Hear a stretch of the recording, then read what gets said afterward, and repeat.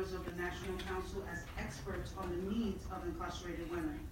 So to have those of us here in the state of Connecticut working on and providing our experiences to help bring about this bill is a move of change. Incarcerated women, we cannot begin to heal and advance in our lives without basic dignity while incarcerated. In serving time both in state and federal prison, I am compelled to support this bill from the position of direct experience. I will speak on the issue of the lack of feminine product directly impacted my budget, hygiene, and living environment. Following, I will speak on the negative psychological effects of giving birth that had on a young woman who barely managed the experience. Women's needs are different from men while in prison. The correctional institutions issued 4 to 5 tampons and pads for the month, expecting that to be sufficient. It is not. Our menstrual cycle is a period of physical uncleanness. The flow of our bodily fluids normally lasts 5 to 7 days with multiple changes throughout each day. Sanitary napkins are not manufactured to last all day, 3 to 4 hours tops. There was a time when my cycle became heavier than normal and I needed sanitary napkins due to the development of fibroids. Even though I purchased the overpriced sanitary napkins on commissary, they were not enough. My cycle flowed to the point where I had to wear 3 to 4 pads at a time, and tampons was not helping. Upon asking a male officer for assistance, I was told no, and then he stated I shouldn't have come to prison. My clothing was damaged on several occasions, yet we are responsible for maintaining a clean and healthy environment. However, during our cycle, we debate with the correctional officers over lack of sanitary napkins that are distributed. No one should have to endure blood-stained clothing due to lack of hygiene products. Fibroids or not, it seems to always be an issue to obtain sanitary napkins and tampons. The incarcerated person is expected to purchase the overpriced sanitary napkins on commissary, but the product on commissaries are costly, which brings me to my budget. The daunting cost of living inside prison and monitoring earnings of prison labor is not designed to support incarcerated persons with all their needs. Sometimes I had to choose to purchase underwear, food, or basic hygiene products. The products in commissary are marked up at least $1 more than the store prices. The budget should account for an unlimited supply of sanitary napkins for our incarcerated women. Senate Bill 13 is a crucial element in sustaining not just a clean environment for the incarcerated women, but will also act as a conduit for the safety and security of the women who become a ward of the state. Incarcerated pregnant women are one of the most vulnerable populations behind the wall. The sensitivity of motherhood is virtually invisible. A good friend of mine had her daughter while incarcerated without the opportunity to nurture her and build a bond with her. Her psychological state slowly diminished and she became withdrawn.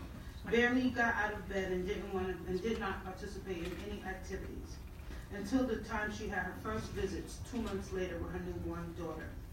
She stayed in that state. Things happen in life, and upon prison sentence and the consequences of our actions, not the inhumane treatment women endure, deferred from our basic human rights. Thank you for allowing me to testify on behalf of Senate Bill 13, Dignity of Incarcerated Women. Thank you very much, and almost perfect timing. I appreciate that. Senator Gomes. Excuse me, I think I was eating. That's fine. You're getting around. I took time out from this meeting to go down and attend the press conference that you spoke at. And I'm very, very well impressed about what you spoke about. And it's a graphic item that you spoke about, but the thing of it is that for somebody to tell you shouldn't come to prison, when you're sick or something like that, it's just unheard of it. But I understand that things like that could happen, and I'm glad that you're here to testify against for it.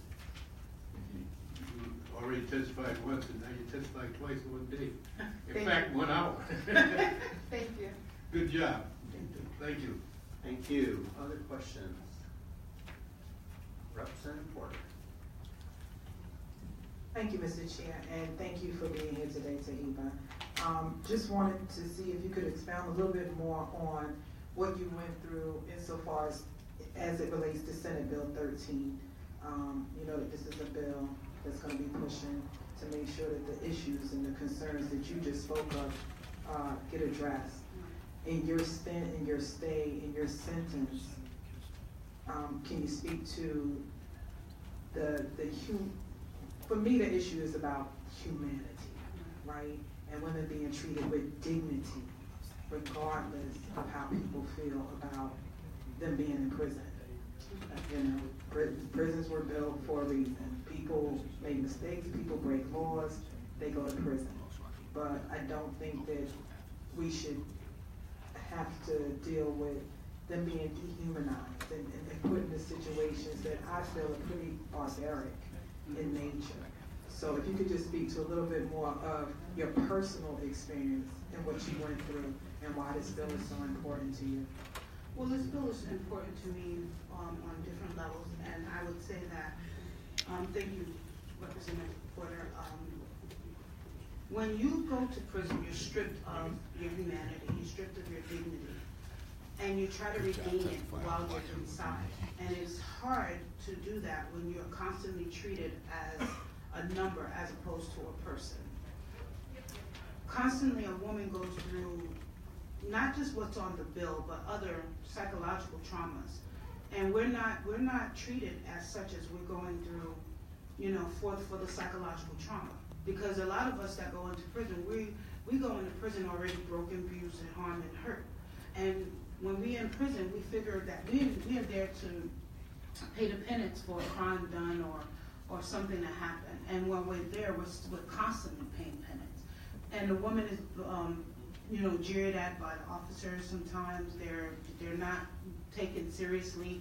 If we tell them we have an issue at home or even personally, we're kind of like shunned to the side. And not everyone, don't get me wrong, not all the correction officers do that, but for a large portion of them that do that. And with that, we kind of, you know, as far as us getting help, we don't seek help from any staff too much in here unless you are clergy or sometimes case managers or counselors, or basically we look for amongst ourselves to get help and assistance, because we are not treated in a humane manner like we should be, because, you know, we're human. But the dignity of women, it goes far beyond many moons. So, you know, we're here to change that today with SB13.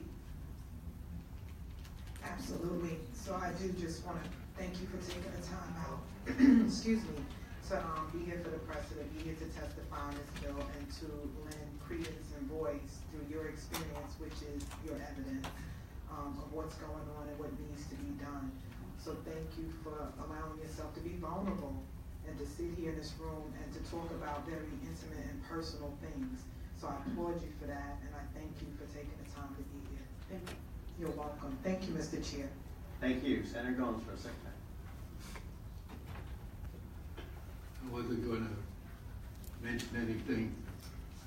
I mentioned before about the testimony that I heard before, but as I hear you testify on certain things, it brings me back to 1953 when I occupied a cell in Cheshire when I was 17 years old. And some of the things that you were talking about, I can identify with, because it's how you were treated while you were incarcerated. And I sympathize with anybody who is incarcerated, no matter what you did to get there. Because some of us, when we went there for minor things, and when you're in there, and how you're treated by specific people, and like you said, it isn't all the guards that treat you that way, but you had a few that really rubbed it in, you know, like that guy that rubbed it in and said you shouldn't come to prison, you know. But the thing with it is, there's no secret about me, because I give a press conference on out in myself, so to speak. I'm not worried about what people think about what I did when I was 17 years old. But the thing with it is, nobody should be treated like you said you were treated. Nobody that's incarcerated, especially women. Women have certain needs that men, when men are incarcerated, they will get by. I got by. I spent a little time in the hole for an incident between me and an inmate. And I got out, Things have happened to me in the past, but the thing with it is, I remember a whole lot of things, a whole lot of good people did a whole lot of good things for Ed Gomes. That's why I'm sitting here now. But the thing with it is, when you have a past, and you have something that was the darker parts of your life, you need to get on with it, and that's what you did. And you're serving a good need right now by what you're doing and testifying. I thank you for being here. Thank you, Senator Gomes. Thank you for coming to testify. Excuse me, may I make one more point on to what he said? He mentioned the whole, that segregated housing unit that's called the SHU. When a woman goes into the SHU, which is outside of general population, and she has her cycle, or, she has her cycle. First of all, when you go to the SHU, you're only allowed a shower maybe 3 times a week.